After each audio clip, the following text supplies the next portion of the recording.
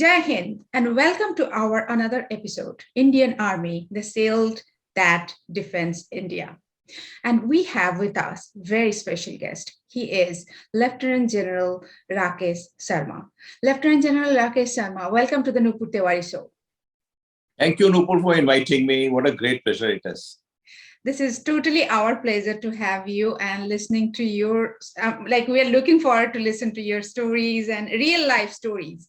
So as I always say, we look forward to the heroes stories, actually, especially, always we're looking for heroes, but so many heroes around us. And this is I feel so blessed and privileged to know and learn so many things from all of you. So thank you so much for joining us.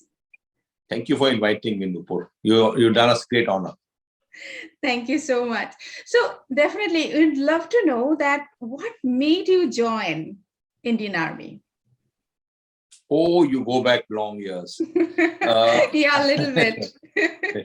Yeah, I joined the Army in 73. NDA, National Defense Academy in 1973. Came from Dehradun. Dehradun had an army culture. The station the place was Fauji in being. And they had 3 Gurkha centers those days. And, either it was Oil and Natural Gas Commission or Army. There were just 2 major facets. And Dehradun was a very nice, serene place. It brought that army culture in you. You got enamored by the army. And those were those heady years, 65 war had finished. 67 things had happened in Sikkim and with China, and then 71 war finished. So those were those, years of great emotion, great fervor.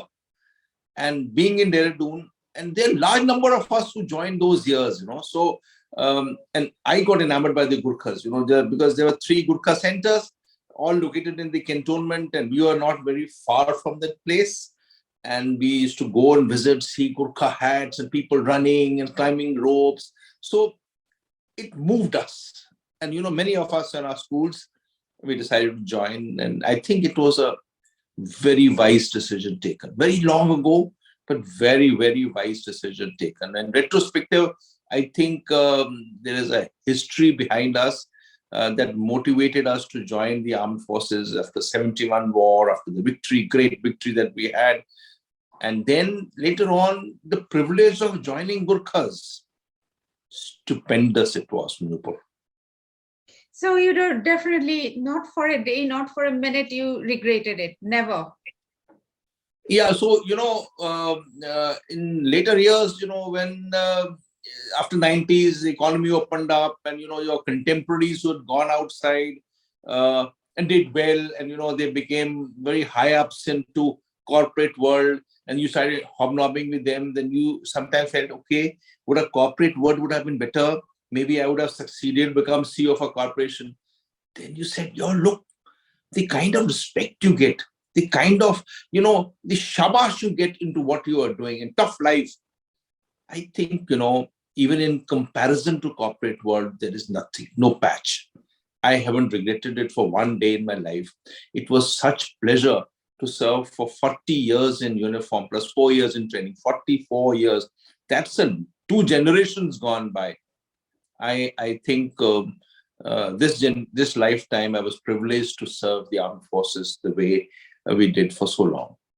So what is that Indian Army has, which make you all very different than the rest of the race, I guess? You all are so different. You all are for the viewers, I'm going to say that for Lieutenant General Sharma, what I did, it was very early morning, and it was morning for me, and I forgot the time difference, and I just texted, and it was very early, and I just realized that, oh my God, India is very early.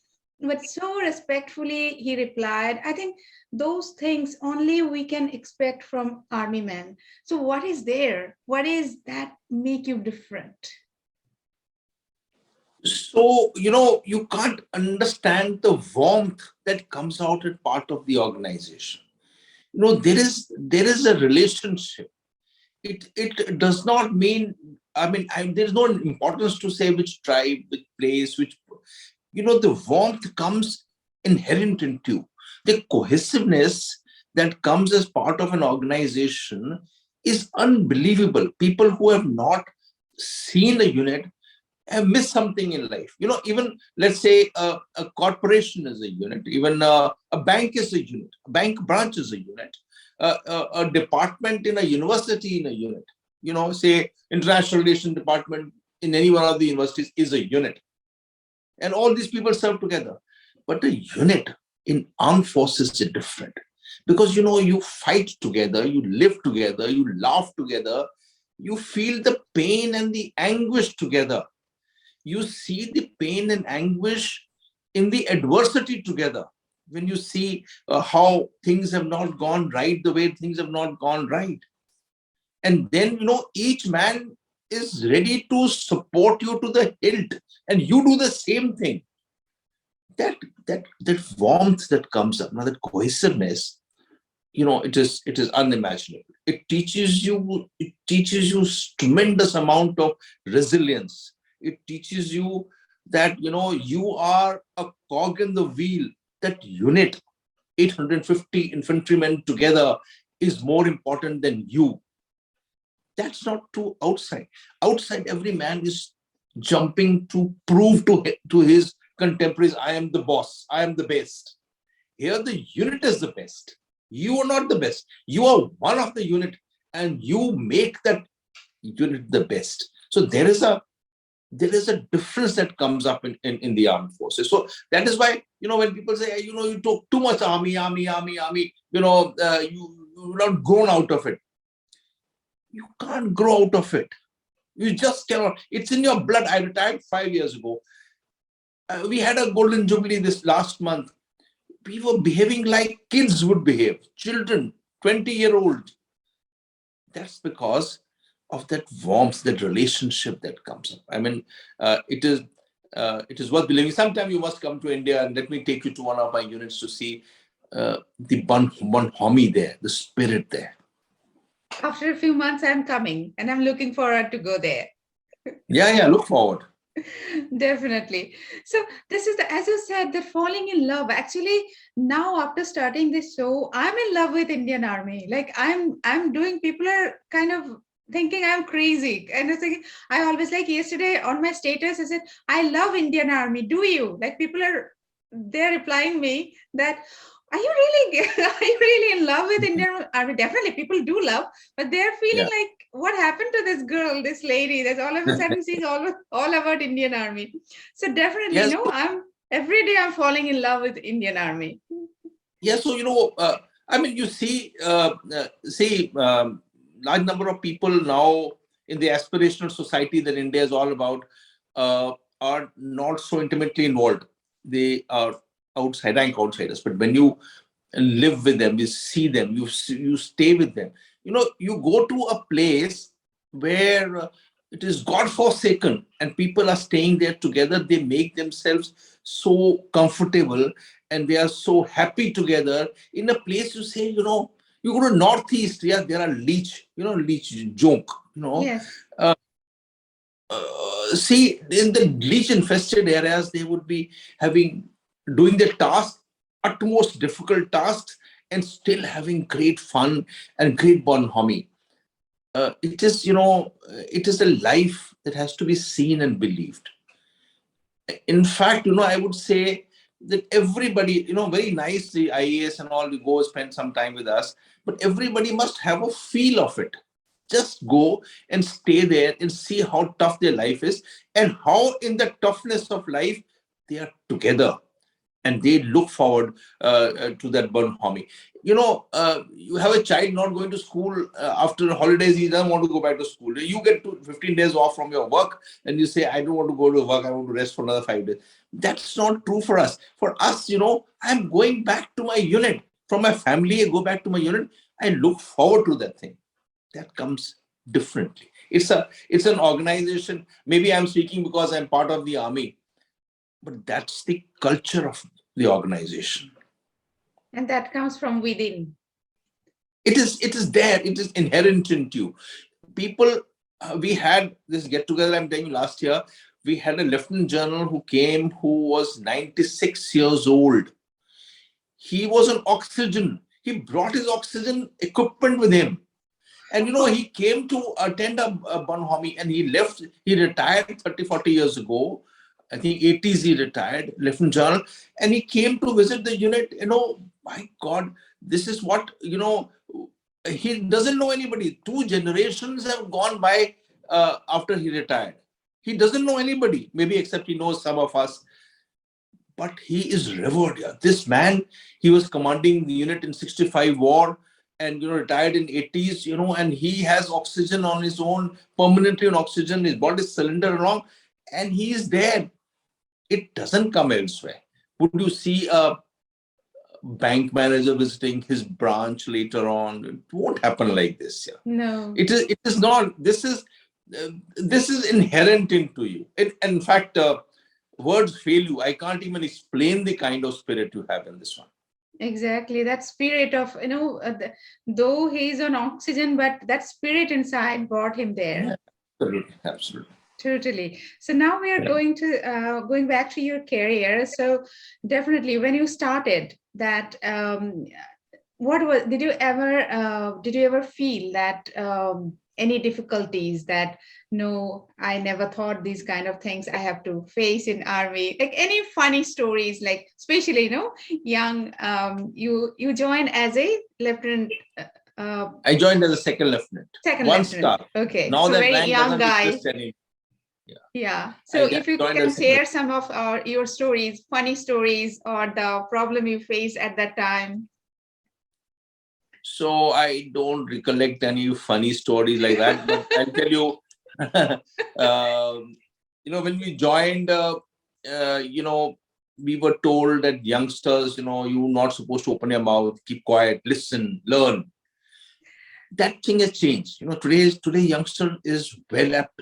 He's intelligent, he's sharp, he's better educated than we were educated. So the cultural change. So we were, when I joined in Mizoram, then came to Amritsar, and spent my first formative years Amritsar. Then we shifted to high altitude areas. Those years, they were tough years. We had a CO, and then we used to dance whole night. Whole night. We used to just, freak out. You come back after a tough event here, out patrolling, go to the border, Chinese border, thick snow, and you come back and you just, I think, I recollect sometime, I thought we were mad, yeah. There was something wrong with you. You were just dancing, and it's not that you're dancing something formal or somebody samba or one of these. You are just freaking out. Those memories, they live with you. They are there with you. It's that culture behind you. You say, we had great fun, great, very tough life, very, very busy. You asked me, Nupur, when I started my career, did I think what do I do? In those days, becoming a colonel was a very big thing, extremely big thing. Colonel was, command a unit was great. And most people said, yeah, my ambition in life is to be a commanding officer of my battalion I joined. That was the end of it. Nobody thought of becoming a general. It wasn't important. I joined. I was a non-army background. I never even thought I would rise up to become a colonel. I thought, okay, let's see. Things fell into place, and things moved around, and then gradually it happened on its own way. To say that I endeavored, that I thought right from day one I'll become a general of the army, no, that's not true. It's just not true. So it happened like that. We did tremendous training. I remember I swam across a canal once. I was to tie a rope on the other side, and a rope was tied around my waist, and I would go swim across the canal in Punjab, cold water, and other side go to a tree and tie the rope so people could come across along the rope. And rope became small. So halfway down, the fellows who were releasing the rope could not release it more because rope finished. Calculation of poor. And I did not know what's happening here. I said, yeah, look, I'm swimming, but I'm not going forward. So I stuck into that game here.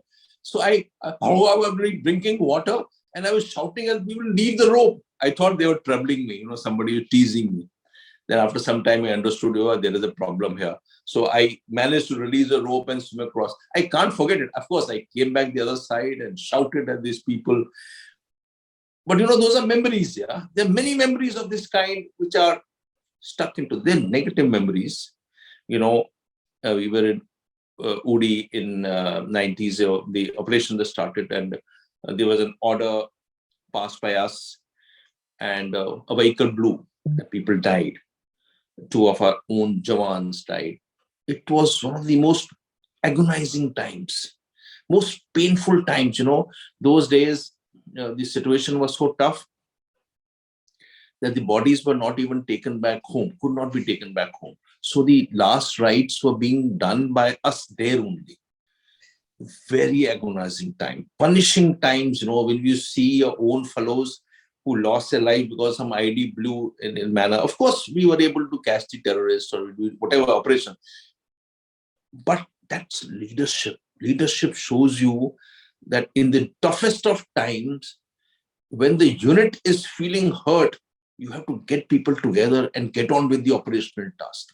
The pain was there among us, but we still did a task which we were tasked to. So there are fantastic memories of great fun, motorcycles, speeding away, and there are sad memories of losing people in operation. So there is a balance that get maintained. Yeah, definitely. Exactly. And it needs balance. Like the memories, the negative memories you have, like they stay always with you, definitely. Yeah. Just like the good memories, definitely, and for us, the civilian, we don't go through those negative things every day's life, but a soldier does, and an army man definitely does always. Anytime anything can happen, and that is And that is that is the true.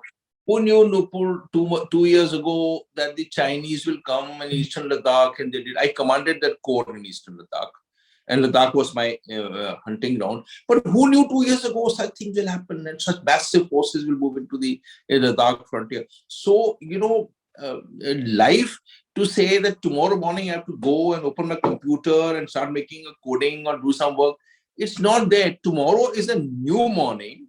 There will be new thought processes. There will be new challenges.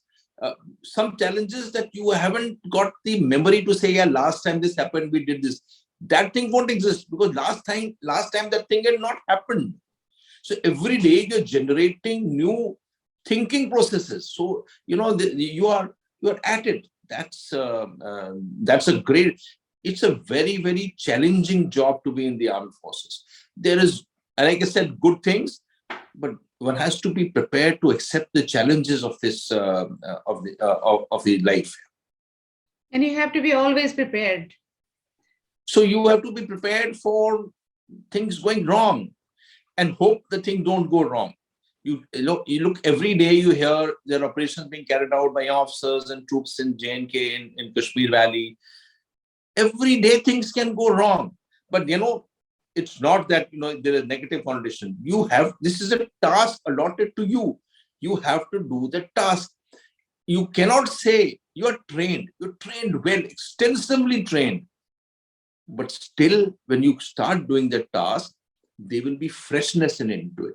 There will be new thought processes. There will be new areas. There will be new weather conditions. There will be new troops. People would have changed. So you have to mold the team along with you.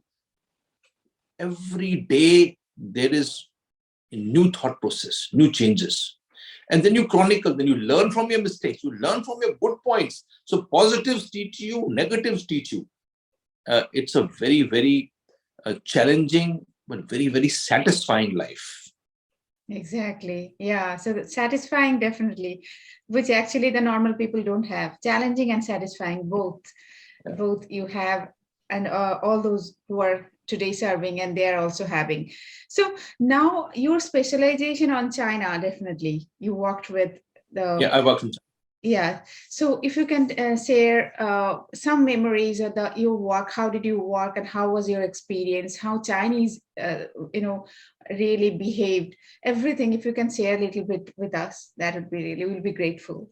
So, people say that armed forces have a 62 mentality, or the nation has 62 mentality. 62, we were hurt by the war with the Chinese. But there is no 62 mentality in 21st century. 62, we have learned from 62 and moved on.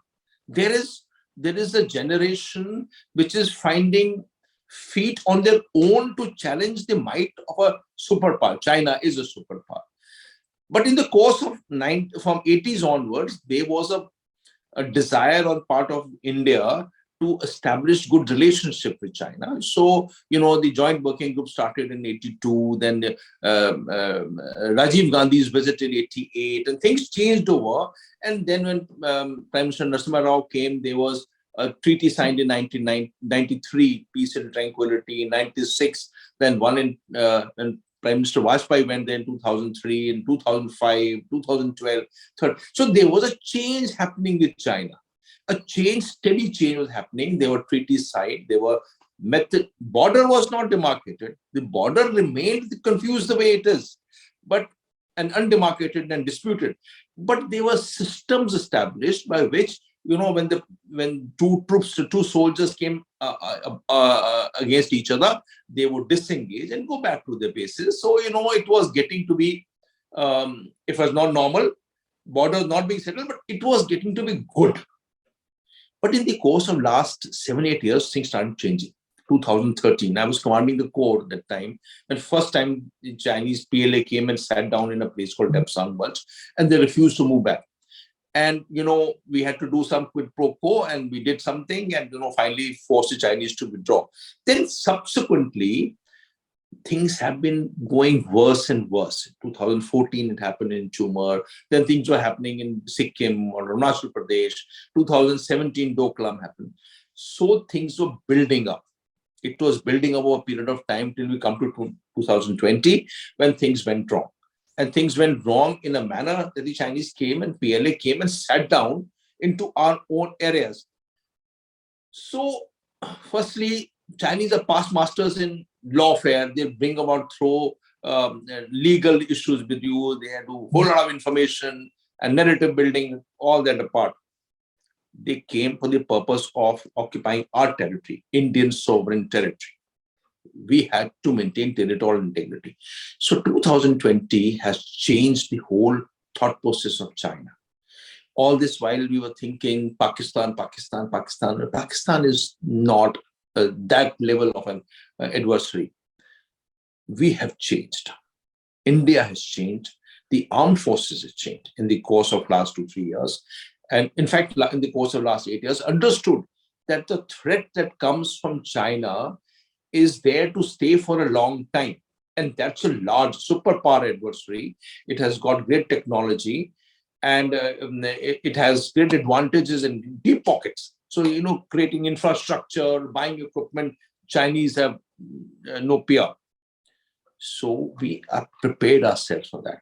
So the transformation that's happening in the Indian Armed Forces to accept this challenge is hats off. Great work done in the course of last 2 years by the armed forces in gearing ourselves for a future which will be even more difficult than the past that we have gone across. So and now we study China the way Chinese ought to be studied. We know what's happening in the nation. We know what the party does. Communist Party, how does Communist Party function, how do the armed forces compose themselves, how do they fight, how do they think, what are the problems that they're having on South China Sea or with Taiwan or Senkaku Island with Japan. So we are now apt at it, and we are now preparing ourselves. Hopefully there'll be no war, and there should be no war. Armed forces are the last people to seek war. We know the anguish and pain of war. But we have to prepare for ourselves. We have to protect this integrity and sovereignty of our own country.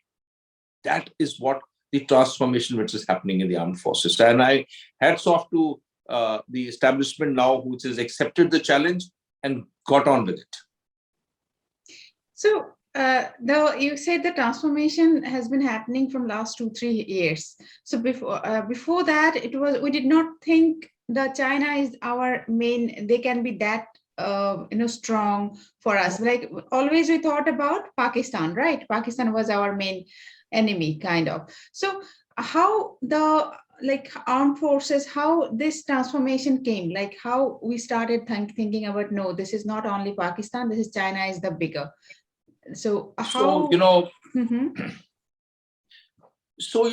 when you remember George Fernandez, who was the defense ministers in late Ye- 90s, said our number one enemy is China.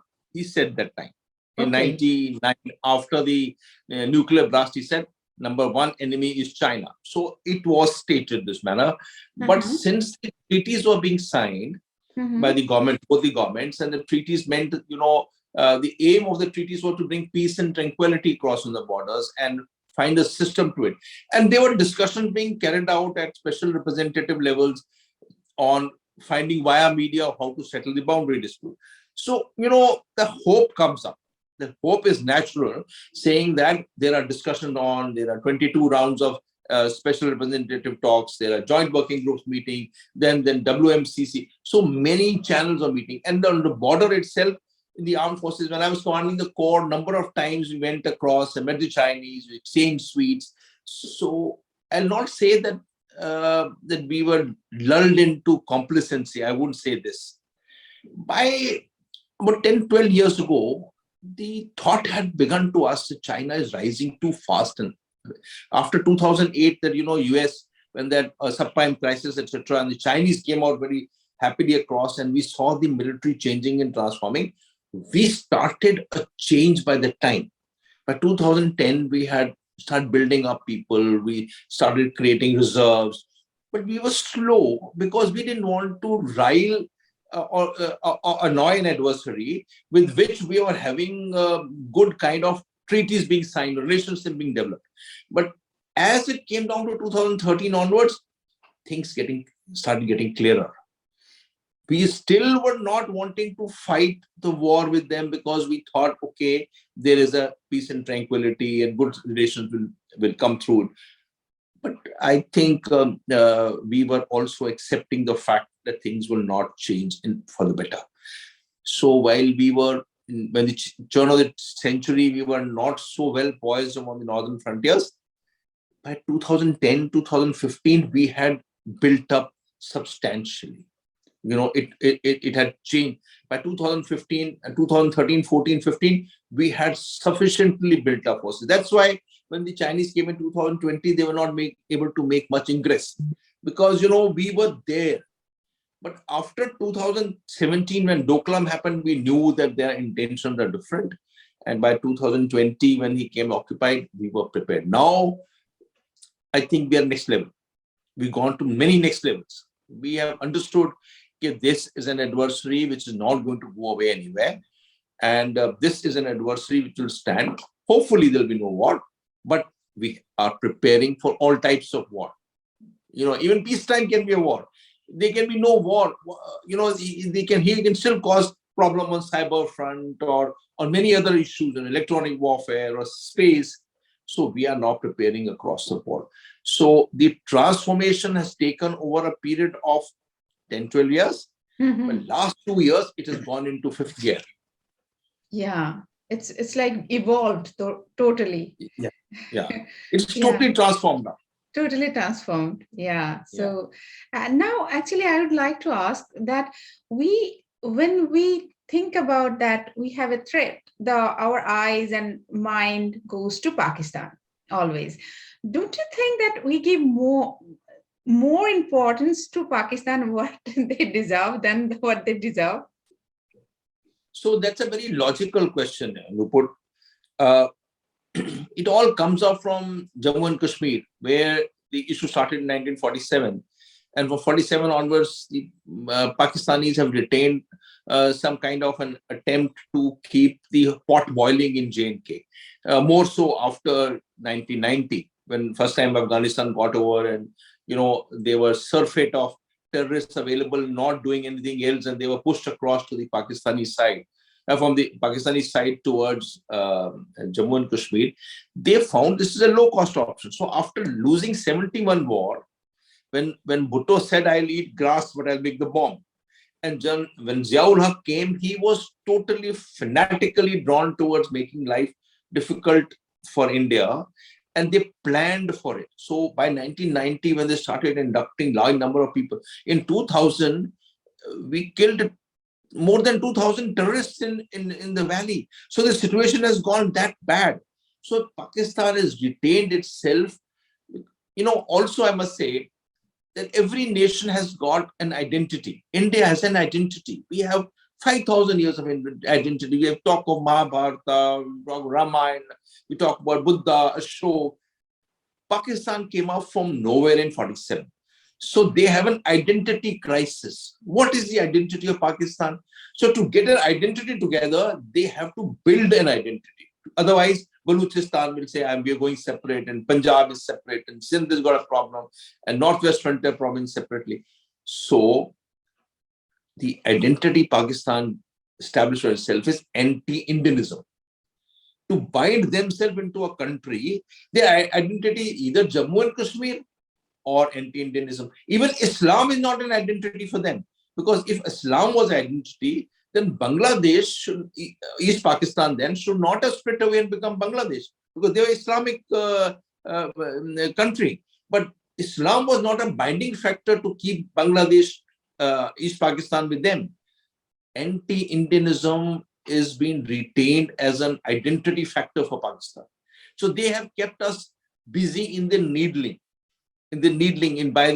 by keeping the tap on and off of the insurgency being carried out in terrorism being carried out in Jammu and Kashmir. So our focus was that we have to teach them a lesson. So that is the logic of us, our focus towards Pakistan.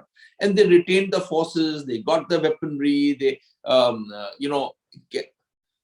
over time, we have understood that they are, empty vessels, they don't have it in them. It is not there. So now you say that economy is gone for a six. They can't even fend for themselves. They are with a begging bowl all over the world. They have restrictions being placed by FATF on them because of terrorism. So we know Pakistan is not a threat to us. We don't have to deter Pakistan. We are a large nation. We have the capacities to do a war-winning strategy against Pakistan. We don't have to deter Pakistan. So we have to start thinking in that manner. And I think logic has prevailed that, if we want to do something, we can do it within a capability without batting an eyelid. But we have a more serious challenger in the north. So I think that transformation has come across in this manner. And people now, they understand which is real threat, actually. That's true. Yeah, that's true.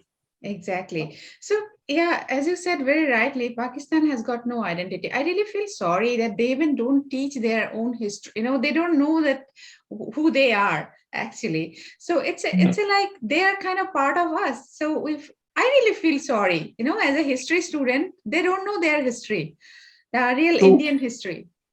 So I really they don't know Takshila. Takshila was in their part, the greatest seat of learning. And Mohenjo-daro, where you have, the history came of Mohenjo-daro, Harappa, which are part of the Indus Valley civilizations, where you have, such fantastic roads being built. There was a culture there. There is a history. Can we obviate the history of Ashoka? We had Muslim period. But we can't forget that there was Buddhism, that Buddhism spread from India to Southeast Asia, to Japan, even to China. That's Indian history. How can you leave the moorings of your history behind? It is there. Chanakya and Shivaji Maratha, and, the English came. All this is, that's the great subsuming culture of India, of so many thousands and thousands of years. Pakistan has a similar culture. They've also had conquests that came across from Central Asia. They also had Takshila. There's cultural moorings there. One of the finest Sharda temples is located in Neelam Valley in Pakistan-occupied Kashmir. And the Sindh has got beautiful temples of ours. And then there's Gurdwara, which was opened up in Pakistan, Punjab. There is, you have to accept that culture. That acceptance is not coming. Exactly. The warmth that comes by the culture of a being. I even today touch the feet of my parents, or my grandparents, or whatever. That's my culture. That culture is lost out, because they became kind of upstart. Yeah. That's true. They unfortunately they are, uh, they follow a different kind of Islam. They feel that they are more Muslim than human being, or this is Yeah. the thing happening. And look, we have a fantastic relation now with Middle East, with West Asia. 2 years ago, Sushma Swaraj, God bless his soul, was invited for the Organization of Islamic Countries to give a speech, a very fantastic speech. We have had good relations with UAE, excellent relations now with Saudi Arabia, and we have very good relations with Muslim countries of Southeast Asia. So, it's, and Bangladesh for that matter. So, it's not, we have 20% of our population is Muslim in India. Yeah? Best of friends. In the armed forces itself, we are best of friends. We have armed forces generals who become, we have General Hassan who became 15 corps commander in the valley. There are people who have risen up to so high, lieutenant generals and army commanders. So, we hats off to our people that, for us, there's no, the armed forces, there's no difference between a Hindu or a Muslim. It's all one man in Yes, uniform. A soldier is just no difference in culture, race, creed, even we male or female. we all are Indian. Yeah, we're all Indians, yeah. Exactly. The saving the motherland. Yeah, That is the identity. and Yeah. we are interested in developing our own nation. We are interested in the well-being of our people. We are not Lebensraum wanting extra territory like Hitler wanted. We don't want territory. We are satisfied. But what is ours is ours. We must get it. We just can't say this is not historically that is our territory, or in law it is our legal it is our territory. We just can't avoid saying it's not our territory. That's our territory. But we do not want affront. We don't want antagonistic feelings with our neighbors. Best of relations is what we are looking forward to. Wonderful. So you had such a successful career. Now I'd like to ask you a little bit about your personal life. So, like most of the time you had to work. So, do you feel that you had to ignore your family, or they were ignored, or you had the time they deserved, as a So father I or as a so husband? I'm treading on difficult territory now, and these are difficult questions. You see, generations change. My generation, we were one field posting, one piece posting, so families were staying separately. You were staying separately. Kids moving from. So my daughter has seen 10, 12 schools. So we went through this period. As the children grow up, they grow up worldly wise. I have one daughter. She's doing MBA now. Uh, but they get worldly wise. They come to know many kinds of people. They go to various places. We were posting in Bengal. We were posting in South India, posting in Punjab, and not in J&K. So we need so many cultures. So the child grows up into a holistic being. But maybe the child's growth becomes problematic because every place you go, you don't find the same kind of teaching culture, True. or the education is not there. So a child who stays and does from KG to 12th in Delhi cannot be compared to the child who goes to far west in Jalpaiguri district, does 2 years, 3 years study there, goes to Punjab hinterland, does 2 years there, and then 2 years in Delhi. So there is a confusion. So current generation thinking differently. Current generation thinks, look, for me, my child's education, my wife's well-being, and wives are also working now. Unlike previously, when wives used to go around and do, but now wives are. So there is a cultural shift happening. In my own case, if I had to replay the life back, maybe I would give a steady schooling to my daughter, which I thought she missed out. That's my feel of it. And which we discussed now that she's born. She did very good college. She was really sharp. So she did very good colleging, and she's doing very good in MBA. But the point is, the schooling was a little uneven. And that unevenness we sometimes feel in life. And I think it's such a competitive world for people outside, such competition that a child requires a study teaching.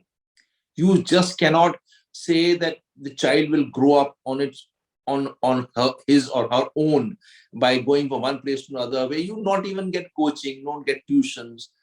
and the wives who have some ambitions of working across, and you take them to small stations, they're not even able to see. In our era, it was not that you could work online at home, or you can do YouTubing, or you do something.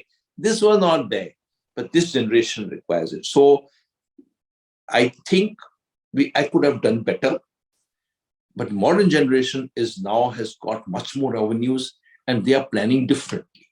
So I can't compare with today with what was there in 80s and 90s. But definitely you served Mother India, and equally your family also served, because they also had to True. suffer, because going to different places, different school, different kind of teaching system, different kind of teacher, and every kid is different, and you never knew that what actually she is going through in her Yeah. head. So definitely I'm sure that many tough situations she had to also face, and she could not share even. So yes, we are equally grateful to your family, your daughter, your wife, everyone, because they contributed as well. You served directly, Yeah. they served indirectly. No, in fact, the ladies serve as directly. Where you're right. The ladies, they are intimately, wife has been intimately involved from the day she joined me in the army. Wife, looking after welfare, looking after me. See, those things may look mundane and normal, but they are not mundane. They get intimately involved into how to bring their education level of our own families, which are not there, or start teaching them adult education, how to groom children, how to get your household going, how to manage the account of thing. So the ladies are as involved into our lives, and I'm not saying it is army wives welfare. Those are all right. This is part of their grooming. So by the time they rise up to become senior ladies, they know where to look, what and where are the problem areas that they need to address. So I think the wives and the families suffer as much as the officers do. They get Exactly. great resilience and great strength they require to fend. Many places staying alone in small stations where there's no electricity, or electricity goes, you got the independence that comes into your way. So I think the contribution of the ladies and the children is as much as the contribution of the officers Officer, and yeah. men. So we are And men. equally grateful to families and your Thank you. family as well. And without them, without their support, you were not where you are, and we actually wouldn't have got you. So we are equally really, really grateful to family. Yeah. Thank you, So Nupur. Thank you. I'll convey it across. thank you. Please do. Yeah. Yeah. So that was wonderful discussion, definitely, Yeah. and so beautifully you spoke and shared your experience. Now we will come back to you, not go back, come back to you again for different topic, maybe, Yeah. in a week or in 2-3 weeks, definitely. And so we are not going to let you go. We will just keep coming back to you with different topic. So thank you Yeah. so Thank much you. for joining. Thank you, Nupur, for inviting me, and all good wishes to you. Keep safe and keep well. Thank you, and we look forward to having you again and again. And Jai Thank you, Nupur. Hind. Jai Hind. Bye bye. Bye bye.